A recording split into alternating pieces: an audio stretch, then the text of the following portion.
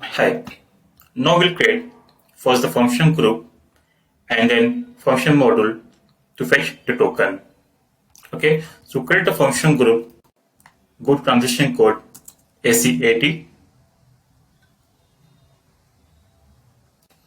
and here we have to give the function group name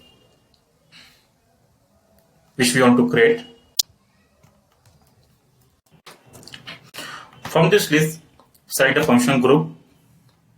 By default, if you open any previous function group that we can see here, so what we have to do, right click, create function group. You can give any name starting with Z or Y based on your requirement. Okay, so I'm giving the function group name as SFDC, that is function group for Salesforce, and I want to save as the local object. Okay, once the function group is created, we have to activate that function group. It's not getting display.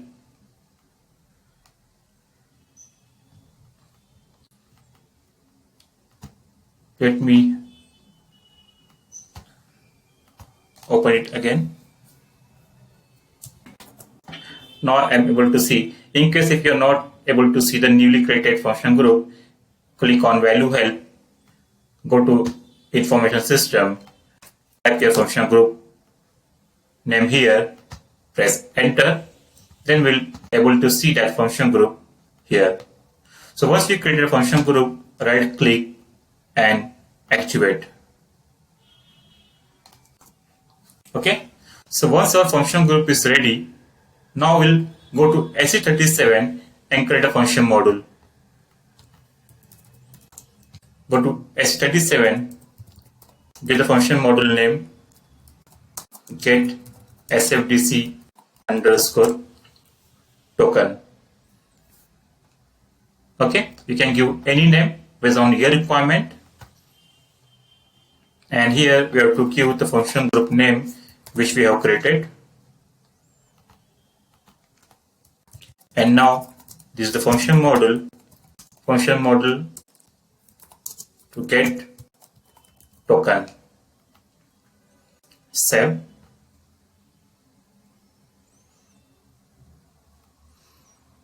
Better mark this function module as remote enable in the attributes. Okay, so importing, as we maintain all the data in table maintenance. So in the export, what I will do, I want two fields. I want to fetch token and a token type. Okay, there are many fields in the response of the API. Around 7 fields are there, but my main requirement is I want access token and I want token type. So what I will do here in the exporting parameter, I'll mention first as EP underscore token, and type here I want to take as char 300. Okay. Second, I want to fetch token type, and for that I will select a type of char 30. So in the output of this function module, we'll get those two parameters as a response. Now go to source code and first do some data declaration. So based on the response of token API, either you can create a global structure for response or we can create a local structure. So here I'm creating a local structure for this response. My first is like access underscore token. Let's say this is 1000. This is the first field in my response. Second, I want instance underscore URL, like instance underscore URL is my second field, and I'm going to take this as 100. My third field is ID. Those all you have to check in the response document, okay, of the authorization API. Based on the response document, what system will return. Based on that, we have to create this. ID is also 100. Now next, what I want is, as per that, the next field is token type. Sorry, it is token underscore type. This I'm taking as char 30. My next field, which I want to use as issued at, I will take this as char 40. Next one is signature 50, and my end of TP underscore response. Okay, and do data declaration GS underscore res of type TP underscore response. So based on the response of token API, I have created this structure here. Now next, I will do data declaration for other variable which we require to call the service. Okay, so here first let local variable lv underscore service underscore URL of type string.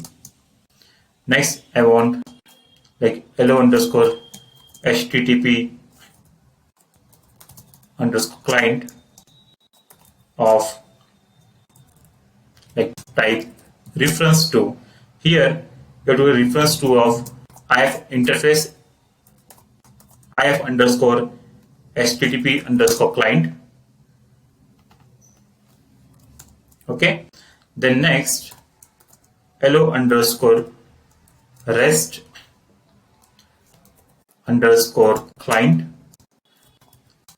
This is also type reference to class cl underscore rest underscore http underscore client.